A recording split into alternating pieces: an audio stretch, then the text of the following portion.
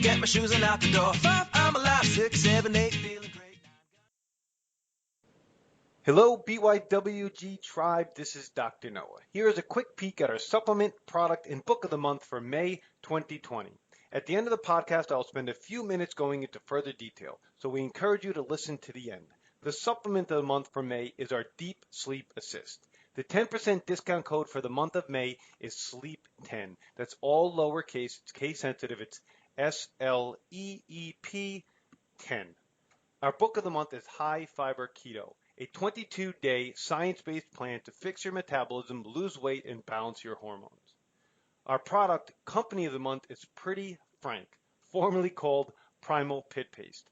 100% natural ingredients, zero cosmetic BS. All the links, discount codes, and special offers for the product, supplement, and book will be listed in the show notes and iTunes, posted on social media, in our weekly newsletter, and on our website at www.beyondyourwildestgenes.com at the Listen Now tab. Thanks for listening. Hello and welcome back to Beyond Your Wildest Genes podcast. I'm excited for today's guest, just about as excited as I've ever been. Several years ago, I had the absolute pleasure to spend a weekend workshop with Bo in Hoboken, New Jersey, working on our personal story, and I've been enamored with Bo's work ever since. I recently took his mini 21-day course and just finished his new book. I'm a huge fan. I am absolutely gushing right now. How are you today, Bo? I'm doing good, Noah. Just like when we're recording this, everyone's kind of in lockdown, so we're doing our best. I hear you. Well, thanks for being on. Let me just run through your bio, and then we'll get started. Bo is a speaker, performer, and author. He started his career in the NFL as a top pick for the Houston Oilers, continuing on with San Francisco 49ers. During his 5-year career, Bo competed beside and against some of the greatest players of his generation. After his football career ended, he branched out into acting and wrote a one-man play called Runt that had an extended off-Broadway and 50-city national run. Now in his third act as a speaker and leadership coach, he trained some of the most successful people in the world that include athletes, artists, entrepreneurs, and C-suite execs on how to communicate for maximum impact and success. He has consulted for clients like Advisors, Excel, Morgan Stanley, Dimensional Fund Advisors, MassMutual, Guardian, Merrill Lynch, and Bank of America. Woo! But I've had the pleasure to hear you speak in person. I've listened to tons of your audios, but for our audience, can you give us like a Cliff Notes version of your story, so our audience can get a feel who you are? Yeah, I'd be happy to. I'll try to make it as Cliff Notes as possible. Like when I was a kid, when I was 9 years old, I drew up a 20-year plan with school paper to be the best safety in the world, the best safety in the NFL. And many years later, through a lot of pushback and a lot of obstacles in my way, I ended up being a top safety in the NFL. And then after that, I did the same exact thing. I didn't know what to do with my life after having 7 knee surgeries, and I couldn't play anymore. So I just did the same thing that I did when I was 9. I just created a new plan, and this plan was to be the best stage performer. So after 18 years of, training at that and attempting that, I ended up off-Broadway in a one-man show called Runt, which, was named by the New York Times as the most powerful play of the last decade. And it's being made into a movie. And so after I finished with that, I did that play for like 17 years. And then I did the same thing in the speaking world. I said, I want to be the best speaker. Let's try that. Let's just keep trying this best thing.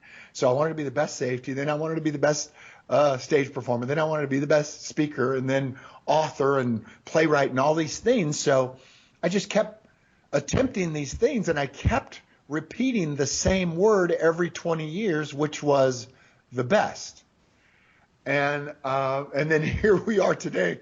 I wrote this book called There's No Plan B for Your A Game, and it became a 7-time bestseller here as we speak. And so this word, the best, keeps creeping into my life. And,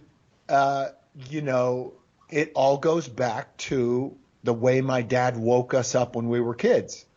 He woke us up. I'm the youngest of 6 kids. So he woke up my 4 older sisters, my older brother, and me by rubbing our back early in the morning, because he was a rancher, a farmer. And at 5 a.m, he would wake us up, rub our backs, and tell us that we were the best.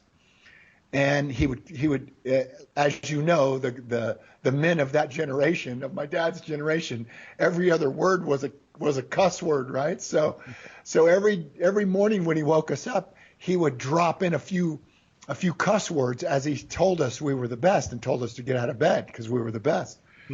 And that is pretty much my story. That's pretty much what I've done my whole life. I've done the same thing over and over again, but I've just done it in different disciplines and different occupations.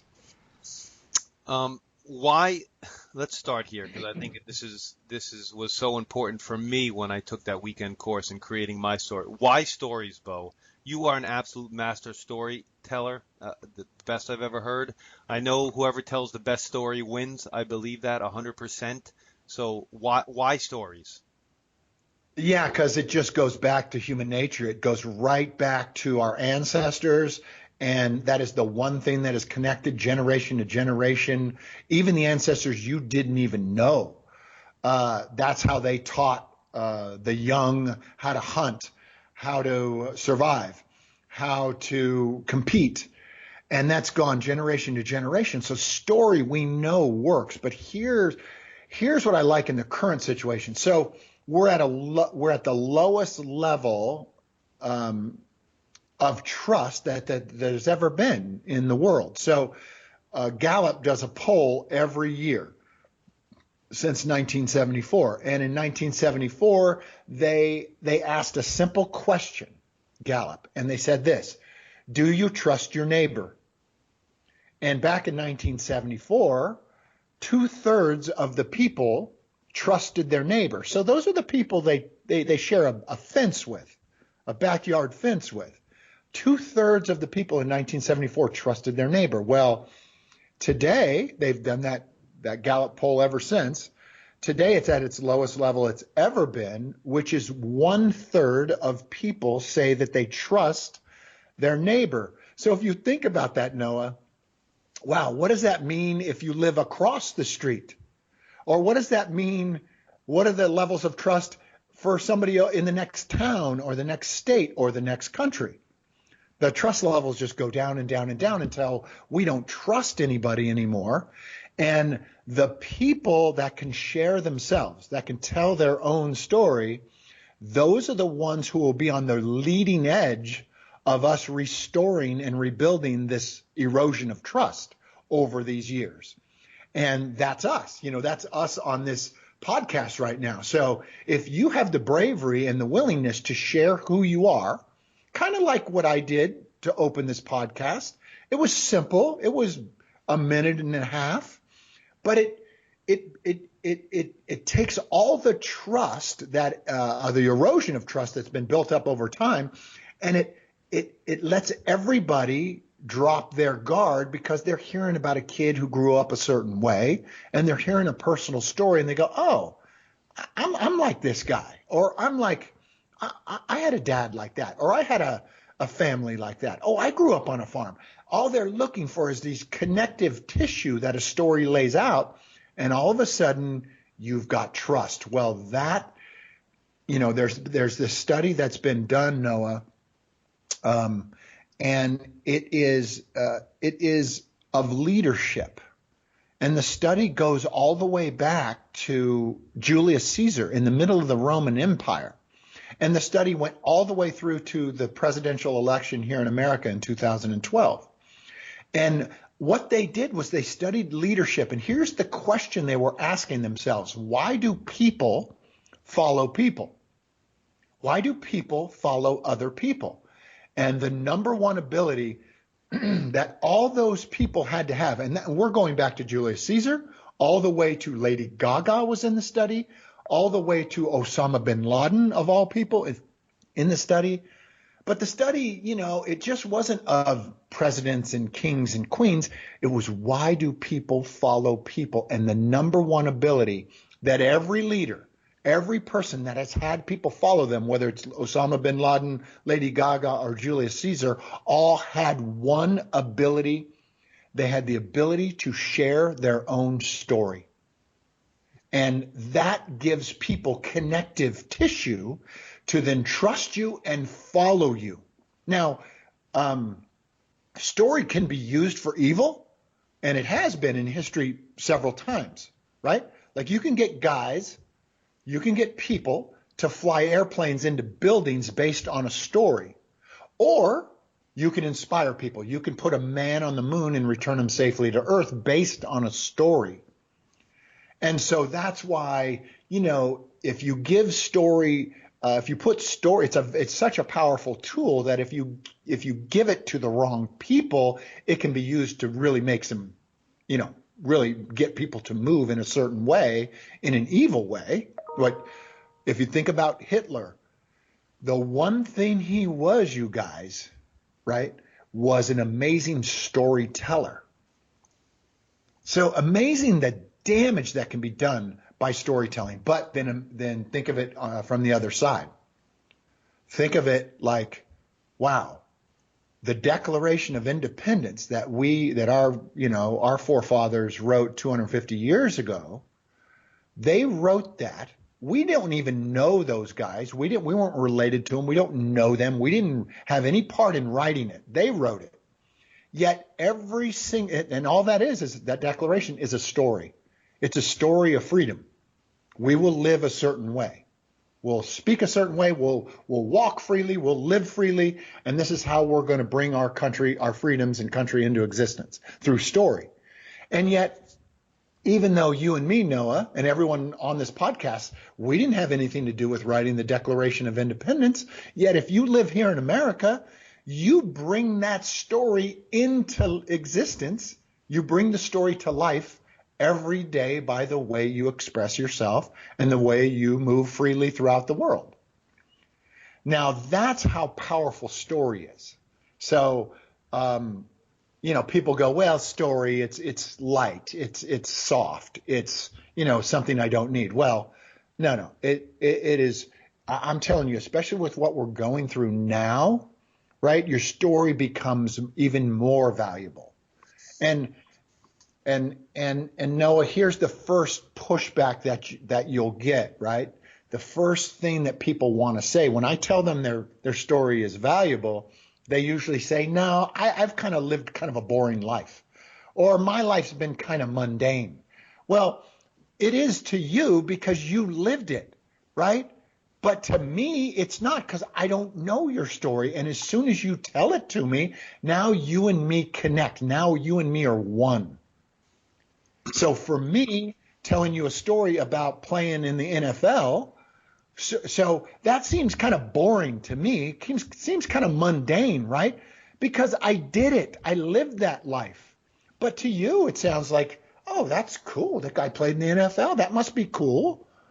So your story is exactly like mine. No one's heard it. You have to have the bravery and the courage to actually share it so that people connect to you and follow you. So then, other than not thinking that your story is mundane, when somebody is about to sit down and write their story, what do you suggest is the most important thing that they think about when they start this process? The first thing you should think about is it's got to be personal. Most of us try to distance ourselves from our own story. You've heard people do this before. These are people like, if you watch the news, do you know if you watch a news commentary, nothing's personal to them. So that's why you don't trust them. That's why you have no connection with them, because nothing's personal. They share nothing personal. Politicians are like this too. Typically, nothing will be personal, so there's no connective tissue for you to connect to. I want you guys to not be like politicians and not be like news commentary where the trust is so low. I want you to have the courage to be personal with your story. So your story may start off something like this. When I was 9 years old, my grandfather sat me down and did this. When I was 21 years old, I met this girl and I said, man, I'm going to marry her. Those are the beginnings of great stories. Even though they may not be over dramatic, what they do is they connect you to your audience because your audience sees themselves inside your story. So the more personal your story is, the more universal it becomes. So the more personal for you, the more impact you have on an audience. If you make it impersonal, like it's a theory, like it's informational, don't do that. Make it personal because that's what connects you to your audience and breaks down that barrier of trust that's been built up over time. Yeah. What's your? Well, I think of a few things when you talk about it. One, I think about authenticity, and then I think about you because in your book, you get very personal. And some things are even about your son, Axel, when you talk about his 20-year plan of being in the NBA and the NFL, and that's riddled throughout your book to the point where, because of who you are and because of his 20-year goal, he's attracted all these incredible coaches and people in his life to help him succeed to reach that goal. And that just resonated with me. I can't tell you how much that resonated. I'll tell you a quick story. My son is a freshman in high school, and he's found a niche in cross country and track. And he ran in the state sectional as a freshman, and then in winter track, he thought that he should have been running in a varsity race, and he didn't get selected from the team, and he really went off the rails. And because of my podcast and because of who I know and what I've done and the connections I've made, I was able to connect to multiple times to, I think, a friend of yours, Jeff Spencer. Oh yeah. Yeah, and Jeff Spencer was able to hop on the phone with my son, and he's an elite coach, and he spent an hour with my son and kind of talked him down to it, and that's something that that's totally invaluable, for him and for me, and so very grateful. Yeah, no, and that's what it takes. I mean, lucky you have access to a guy like Jeff Spencer who has been on, teams that have won 7 Tour de France's in a row. I mean, listen, the dude knows what it takes to win a gold medal, knows what it takes to be a world champion, and those are the people who only see the possibilities. Everyone else is looking for the impossibilities, right? But not a guy like Jeff Spencer. He's looking for how do we win this gold, not how do we lose this gold. And that's what that's how the world thinks about. They're thinking about how can I eliminate myself? How can I cancel myself?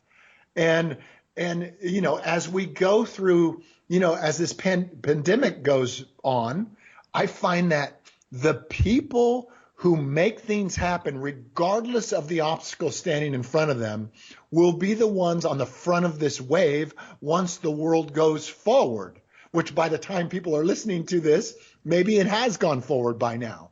And then the people who are always looking for an opportunity to cancel themselves or eliminate themselves from greatness, they'll certainly take this pandemic as an excuse to eliminate themselves from greatness. Yeah. Well said. Well said. Now, I want to talk to you about mindset, primarily because of what's going on. And I want to read something right from your book and then maybe see if you could alter it from what's going on today. So this is from your rules. This is rule number 5. I won't go it alone. We're social creatures. It's just the way we're made. We create communities. We live in groups. We want connection. Well, we're not supposed to have any connection right now other than with our family. So when it comes to mindset, what do you have to say about this? Well, being that I have a lot to say about the situation we're in now because we're in our homes with our families, right? So that is your initial team right there. So let's talk about building your team right there. Because it's true, nobody wins alone. If you look at anybody who's achieved any kind of greatness, all you have to do is look around who was around them when they were kids, who was around them as they were becoming adults, who's around them. That's the people who build this thing. There's this whole theory. It's not a theory, really. It's fact, right? The Spartans were the greatest warriors, right? They grew up in a warrior culture. That was their culture. And Stephen Pressfield wrote this great book called The Warrior Ethos, and he talks a lot about the Spartans, and he talks a lot about who's responsible for every war that's ever been won. And we can push this forward right into elite athleticism, elite leadership, everything that's elite here today. We can draw right back to why those people are elite. And Stephen Pressfield in the book talks about Spartan moms. It was the women who decided who won the wars back in Sparta. It was the women who decided who won every war since that time. So every war that America's been in that we've won, it wasn't the men who won the war, it was the women, because if the women buckled under body bags or under losing their sons or their husbands, if they buckled, then the whole country would buckle along with them. But the women of Sparta, they did not buckle. The Spartan moms told their kids, handed their sons shields, and they said, come back with this shield or come back on this shield. So and if you look at anybody who's elite, who's ultimate prize fighter, an elite athlete, an elite CEO, an elite chiropractor, an elite functional medicine doctor, it is the family that makes them that way, because they don't buckle under all the sacrifice and all the pain and all the blood and sweat and tears that it goes into being elite. And as soon as that Spartan mom buckles, you know your career is over. You will never reach the top. So right now, being that we're, in our homes with our families, that is where you start building your team from, is your family. Now, us dads, most people think, oh, it's the dad that makes an elite athlete. No, it's never the dad, because most of us, I had a dad, right? But most of us elite athletes had no dads. So that's why when you see them on TV, they always say, thanks, Mom. Hi, Mom. They're talking to their moms, because the moms are the ones that got them into the NFL. Their moms who made them the heavyweight champion of the world. It wasn't their dads, because a lot of us never had dads. But dad's position now is to be like my position in my family, is to have a big vision for them and really be their cheerleader. The mom is the one, like my wife, Dawn, she's the one who says my kids get to be elite, because on their way to being the best at their chosen fields, there's going to be surgeries. There's going to be the missing of a prom date. There's going to be they're going to miss birthday parties. They're going to miss things, right? And the mom cannot buckle in those situations. The mom is the tough one. And as soon as the mom goes like this, like when I had my first knee surgery, when I was like 16 or 17 in high school, what if my mom would have buckled? What if she would have sat in that operating waiting room and said, I don't want this for my son. I don't want his dreams to come true if he has to go through knee surgeries like this and I have to sit in the waiting room of this knee surgery. What if she would have done that? Well, in the end, you guys, I had 7 knee surgeries, right? But and you might think that's a bad thing, but what it did give me was perseverance, was that my mom will not buckle. And I will go to the top come hell or high water. And that's what we're building for our family inside our home. And that's my wish for everybody who's staying home with your family now, is you all get behind each other's dreams and visions of greatness, and you make sure that that person fulfills on their birthright, which is to be the best in the world at their dream, at their declaration. Well said. In my day-to-day business, we say always that, the moms, they make all the health care decisions for their family. That's 100% true. Moms Yep. make all the healthcare decisions. And my story Yeah. starts with my mother too. Even though I have an absolutely fantastic father, my story started with my mother as well. So I get it. I get it. There's a lot of themes in your book, but one of them is a four-step process. I was wondering if you can kind of quickly go over declaration, preparation, acceleration, and domination. Yeah, let's talk about declaration first. Now, this is the very first thing, you guys. So it's no different, as you might have guessed by now. The Declaration of Independence is it's big in my life because it was written so long ago, and you and me and our kids and everybody we know, at least here in America, keeps that vision, keeps that declaration alive every day by the way we live our lives. So the first thing is declaration. So most people like the word goals, they like the word mission, or they like the word vision. I love this declaration. I love making a declaration. I want to be the best safety in the world. I want to be the best stage performer in the world. I want to be the best speaker in the world. I want to be the first guy to play in the NBA and the NFL at the same time. I want to be the best pastry chef. I want to be the best ballerina in the world. Those are declarations that you bring to life on day one of the declaration. You start living it now, today. You don't have to wait and do a big to-do list to reach this. You have to start living it today, that declaration, and you bring it to life. And so does your whole family. I love declaration. That's why I use that term declaration. So all of you have to have that. And here's a little tip. Use the word the best in your declaration. Use the term the best. Because if you don't, you're going to get second best, right? Because whatever your declaration is, this has been my experience my whole life. I've been doing this since I was 9. It's going to come true. So it's hard to be mediocre, right? And it's hard to be the best. So it's equally as hard, right? Because, it's just going to take a lot of work for you to be second best or third best or 137th best. It's going to take a lot of work for you to get there. So you might as well, it's going to take you the same work to be the best. So choose the best. You see what I mean? The work is the same and it's going to come true. So you might as well say you're going to be the best in the world at that thing because the work is equal. Okay, that's declaration. The second part is acceleration, right? Or preparation. I'm sorry, preparation is second. So the first thing I'd say about preparation is remember its mindset. Remember who you are. Remember who you are. Who are you? Who are you and I? What does Mother Nature say that we are? The news media tells you you're mediocre, right? Your school teacher told you you were stupid, right? Your coach told you you were kind of okay at football or basketball, but you kind of suck.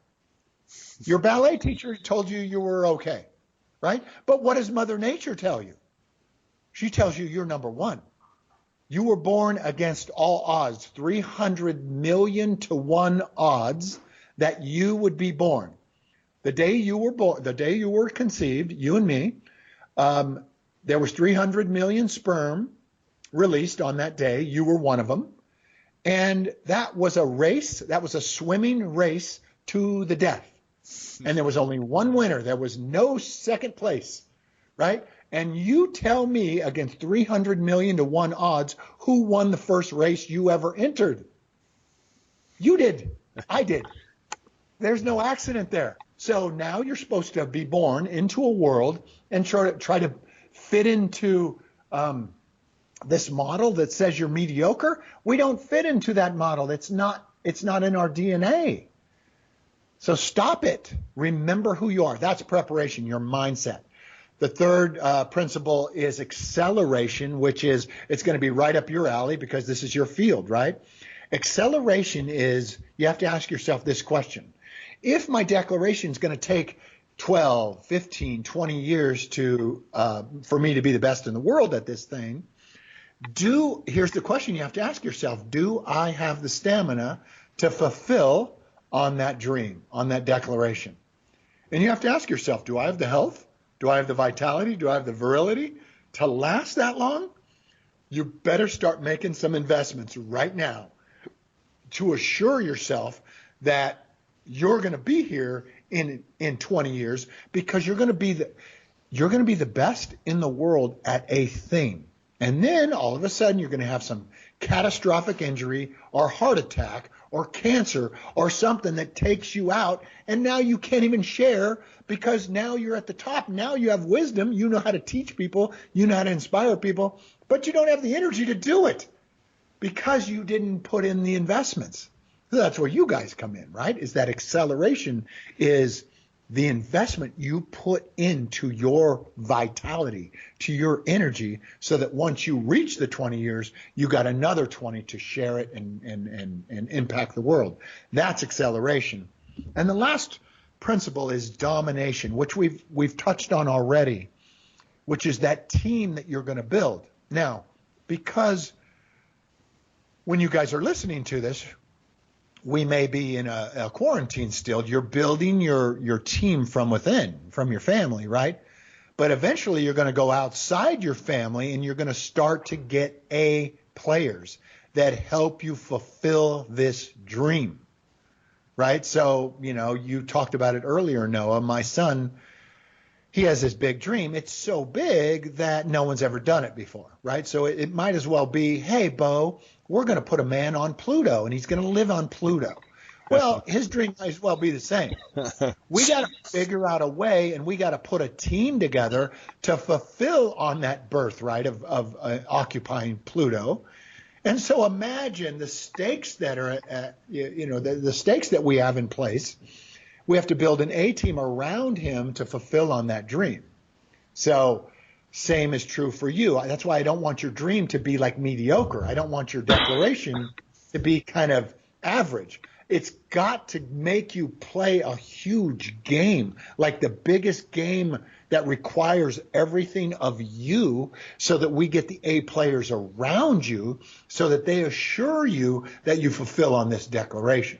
So those are the 4 principles, just really quickly. You'll get more information in the book on those. And actually what I love about the book, Noah, is that, there's no plan B for your A game. It's really easy. Your life will be very simple based on this book, because you will realize if you're not the best in the world right now, today, this minute, then you're opting for something else. You have an option. You have a plan B. If you don't have a plan B, then you're assured that plan A is going to work. Here's the problem. Nobody has just a plan A. They always have a fallback plan. They want a soft landing on their failures. I don't have those for my kids. I don't have those for myself. There's no plan B. So if the less options you have, the more successful you are. You know that plan A is going to happen. So at the end of each chapter in the book, what you'll find is action steps, like where you're going to put you to work so you can do this. And there's no better time than now to do it, because you've got the time to do it. You've got the focus and the energy to do it. And you've got the team around you, your family, to fulfill on that. Yeah. A few other things that I really liked in the book. One, when most people talk about creating a new habit, they talk about 21 days. You talk 3 times plus 3 days. You talk 66 days. Is that just something through experience you found is a better number? Is it as simple as that? I've used them all, just like all of you, probably changing a habit or getting, doing something different for 20. I used to hear this term 21 days. Then I heard 30 days. And then the most current study out of the University of London is saying this, and think about this, you guys, you're going to love this. 66 days, and it's such a weird number, right? 66.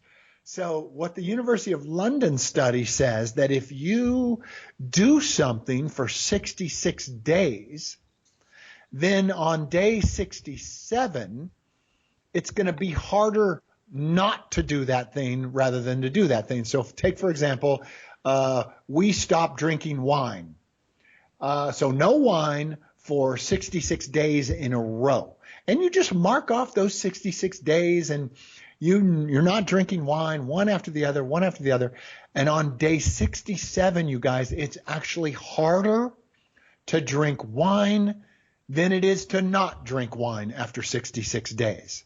So that's the current study. So I thought, wow, that's a cool timeline, because it's a weird number. So we started doing it with our kids, right? And we started working on skills that they needed, like, say, speed. So if you're going to be the best athlete on the planet in 20 years, well, let's break it down into 66-day increments. Like, okay, so you're going to have to be fast. So let's use the first 66 days to learn how to put your foot in the ground and generate energy into the ground, because the fastest people in the world can put the most energy into the ground. So that's one skill that my son will definitely need in the next 20 years. So let's take 66 days and master that one particular granular skill of putting your foot into the ground.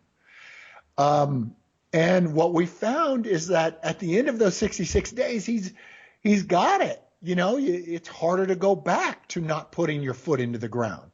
It's hard to go back to running slow.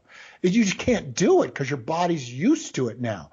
Now you go on to the next 66 days and you take on the new skill set, which might be, oh, I want to learn how to write a book. Okay, so let's take 66 days and learn and write for 66 days so that day 67, you're still writing. Day 68, you're still writing.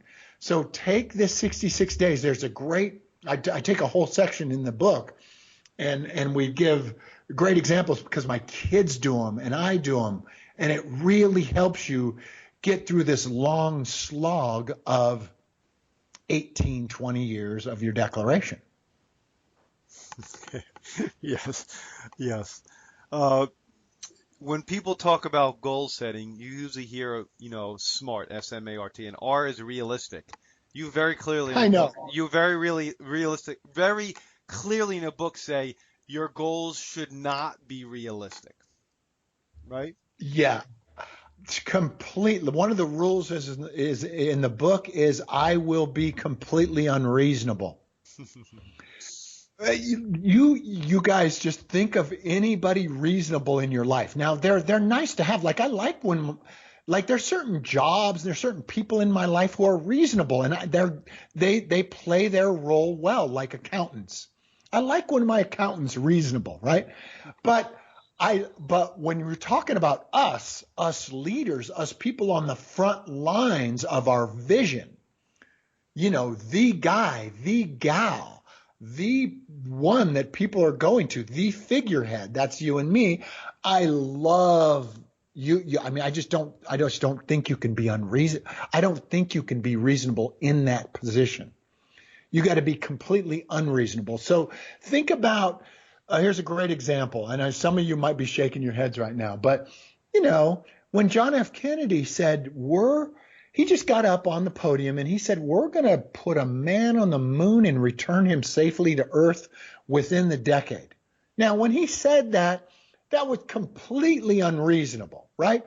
So imagine the reasonable guys at NASA who heard him say that from the podium.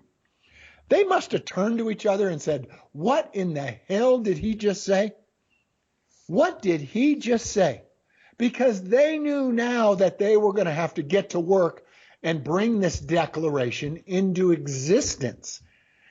And they had a timeline, right? So here's the beauty of it.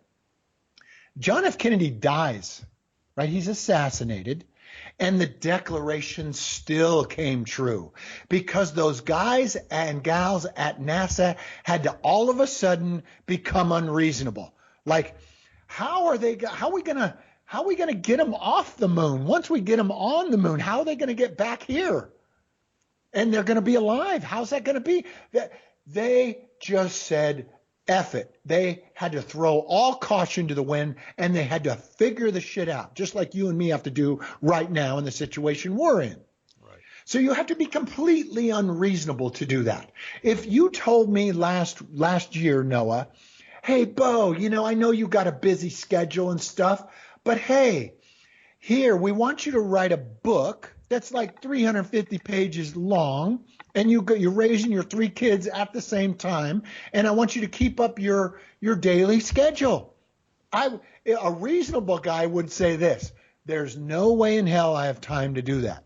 But an unreasonable fool like myself goes, oh yeah, I got what it takes, man. I'll do it. And sure enough, the unreasonable guy comes through with the pages and becomes a 7-time bestseller, and has to promote that book, and has to raise the kids, and has to, and has to fulfill on their dreams and my own speaking things. And just like all of us, if you were reasonable, would you be living this life right now? No. You would be hunkered down under a blanket, hoping nobody calls on you for anything. But no, you can't do that. That's for reasonable people. Unreasonable people have to create during this time. We have to make sure that we put a man on the moon and get him back safely to Earth, regardless of the situation. And we have to do it. We have to do it in a timeline that is completely unreasonable, and we have to do it against the Russians, who are way ahead of us in this race to the moon.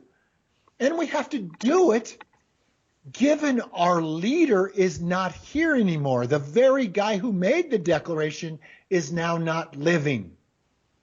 So that is completely throwing caution to the wind and being unreasonable. Look, you would not be who you are. You certainly wouldn't be on this podcast if you were a reasonable person. You just wouldn't. And I have never looked to a reasonable person when I wanted to get some shit done. If I want my son to be the best athlete on the planet in 20 years, I go to unreasonable people to help me, not reasonable people, because reasonable people would say, what? That's impossible, Bo. The stats of that happening are really impossible because no one's ever done it in the history of humankind, so it can't happen. I'm not going to those people, you guys, because I need to get this shit done. Well, as we wind down, Bo, I have a few last questions for you. One, the question I ask every single guest. Bo, what's your daily routine from waking to sleeping? Oh, wow. Yeah, it's pretty simple, you guys. I bet you all do the same thing. I drink 20 ounces of water right as I'm going to the bathroom initially. Like, first thing I'm doing, I'm going to the bathroom and I'm drinking the water down at the same time. Mm-hmm. And then I like coffees, but I've cut down on coffee lately. So I'll have coffee. I'll have a smoothie that's filled with a lot of, it has protein in it. It has a lot of other things in it that my doctor has me doing, my functional medicine doctor has me doing. And I go through supplements each day. I usually get a breathing exercise in every day, which then I have a breathing coach. He's actually a client, and I love this. Even though you and me, this is the first thing we do when we're born, and it's the last thing we do when we die, is we exhale and we inhale. To do it as an exercise, to do it as a ritual, actually breathing properly and breathing deeply and doing breath holds and stuff like that, I found that to really make me feel good. And then that heads right into a meditation and kind of a visualization. And usually my son and I do this together because he's usually visualizing about basketball or football or speed or something like that. And I'm usually visualizing about my health, about my vitality, because I'm 59 now. And I want to remain having the same mindset as an elite athlete. And so I'm usually visualizing and meditating on my health, my vitality, my energy, and seeing myself for the next 20 years really being vital in that way. So I usually go through that. And then there's usually a section of the day that I'm kind of writing, whether it's informal or formal. I'm usually writing a list or writing down thoughts that I'm having.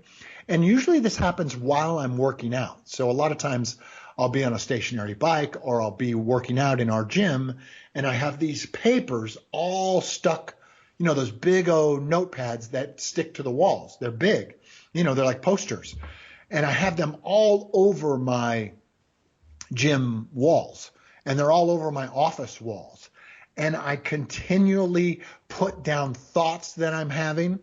And usually that'll turn into a speech or a chapter in a book or even a sentence in a speech that I'm giving. So, and those things usually come to me, you guys, when I'm moving, like exercise. When I'm moving, I usually get all these great ideas. Like I wrote my play, you guys, while I was training to run a marathon. So as I was on these long, long runs, the ideas of the dialogue of the play came to me in the middle of a 10-mile run. So something about movement and expression kind of goes hand in hand with me. And a lot of the expression, you guys, the stuff that I write down, the stuff that I record is crap, right? Like it's unusable. But pearls will be in between that crap. Like there'll be stuff that's unusable, then all of a sudden a pearl will fall out of my mouth or an idea of something will fall out of my brain right in the middle of me struggling through a run or through a bike ride or through, lifting weights. So I'm constantly doing that. And we're very big on meals here in the Easton household, especially now. I have a daughter who wants to be the top pastry chef, right? So she's this amazing chef. So she's been cooking her butt off. She's 15. Her name's Eloise. And so we eat a lot of great foods and we eat a lot of healthy foods. And we eat as a family, especially dinner. We eat a lot of dinners together. And, I just love that time. So in the afternoons, I usually keep my afternoons really open, Noah, unless I'm on the road or something, for the kids' practices and rehearsals for dance and track and football and basketball and those kinds of things. I always love to watch them develop. So that's a big part of what I do. And then I'm really, Dawn and I are really focused on sleep. We have these Aura rings. I'm sure a lot of you know about the Aura ring. And we're really measuring. Yeah, we're measuring our sleep and getting, good health and good sleep. So, that's really that's really my day. And if I'm on the road, certain things change.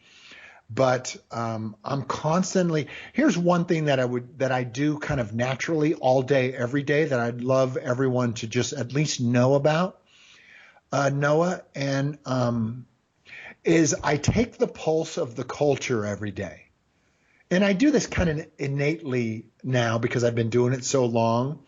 And at first it might be mechanical for you, but take the pulse of the culture. And if you just close your eyes for a minute, or even if you just turn on the news media for 5 minutes, you'll feel and you'll hear where the culture is headed, where it kind of collectively wants to go.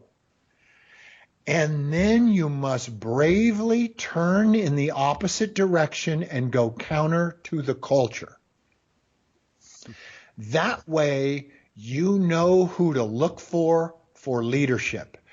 All you have to do is look in the mirror, because you cannot lead if you are going with the culture. You can only lead if you're going counter to the culture. So I like to know who my leaders are, and preferably that would be me.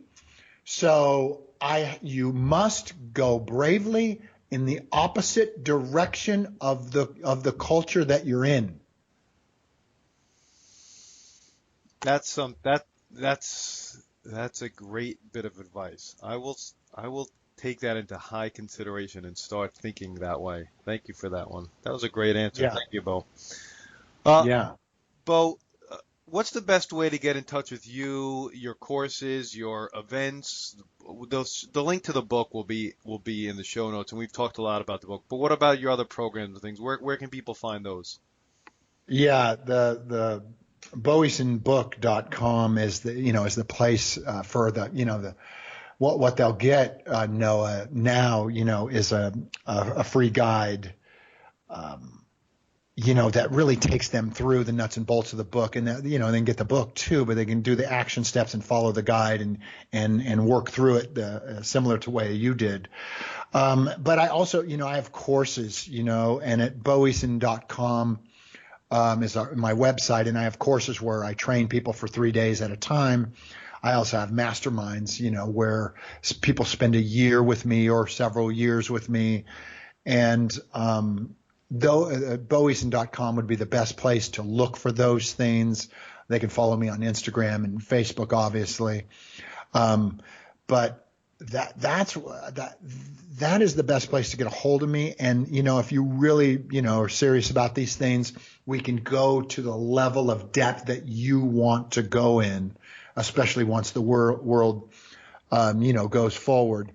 But I think the book is a great start, especially in the environment that we're in now, because I just think if you build your environment, especially your home environment right now, it takes care of about 80% of the problems. Once your home environment is designed in a certain way, then these dreams and these declarations that are so big that you and your kids have, your environment will actually, that may sound crazy, but once you get that in the book and you go through the free guidebook, you'll and go through the action steps, you'll really get, wow, I'm going to build my environment and design my environment that is equivalent to me being world class. That is something that we can really grab hold of right now, and I'd love for people to do that.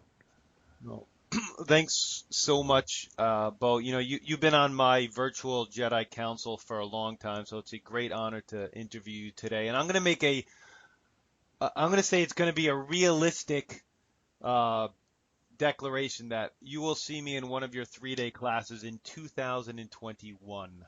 I don't think it's going to happen in 2020, so I'll say 2021.